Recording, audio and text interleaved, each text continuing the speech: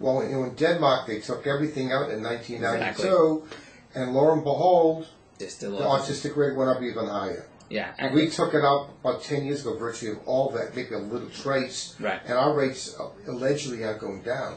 They're going up. Yeah, and I understand being cautious, but the problem is where you start scaring people, especially with something like vaccinations, where vaccines are probably one of the best medical things that ever happened to society in the world, and probably one of the reasons why children are surviving so much better than they did, even 20 and 100 years ago, is because of vaccinations and getting rid of all these infections. So a lot of people get nervous and they'll avoid vaccinating their children, and they're exposing them to a lot more risk than these theories that they're causing all different problems. Well, a good example, the estimation if we didn't vaccinate against measles, we probably would have 4 million cases a year. And as you're aware as a neurologist, a lot of those kids have some neurological complications. Is that true? Yeah, and by neurological complications, sometimes this can be devastating, where they can have intractable seizures that just can't be controlled, and they can have, and some children can really lose their cognitive abilities, and it could be very scary. And even with our vaccinations, I mean, in the news we hear all the time of these measles outbreaks, even in America, around the country. And people, I think in America we got so comfortable with all the vaccines and the relative low risk of infection of a lot of these viruses and bacteria that we take it for granted sometimes, and really we need to definitely be extra careful on vaccinating our children. Well, in the 30s, there was reported 15,000 deaths just whooping cough in babies, and you don't even hear about whooping cough. We see some kids coughing, a 100-day cough, you get with the whooping cough, and we eliminate that.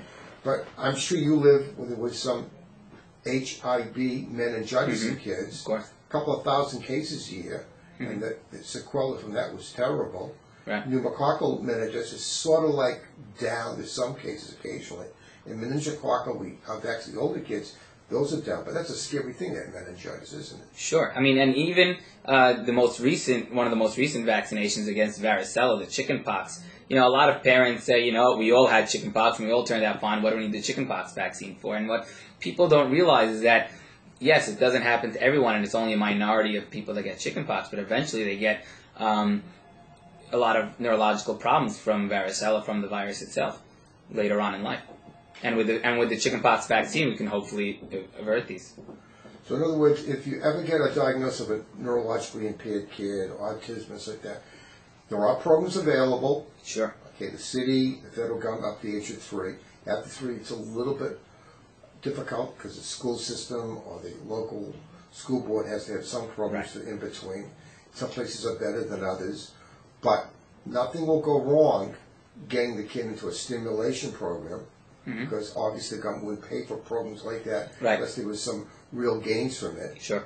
Okay, but if you think there's a therapy that promises you a cure, and it's $8,000-$10,000 a year, it's probably going to help the guy's bottom line, and maybe not have to get that much. Is that true? Yeah, I mean, the most important thing, again, if you have a child that has any sort of delays, speak with your pediatrician, be referred to a neurologist, get evaluated, or a developmental pediatrician, and really get evaluated properly, and you really want to be sent to the proper places where they can, where their primary goal is taking care of your child and not necessarily making money on the latest fad.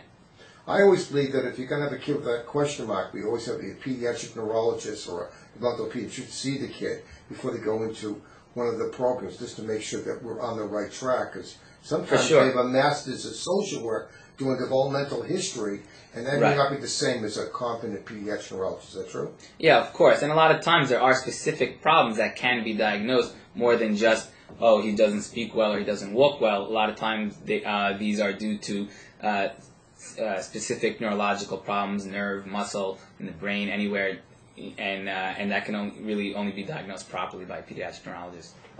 Thank you very much. Sure.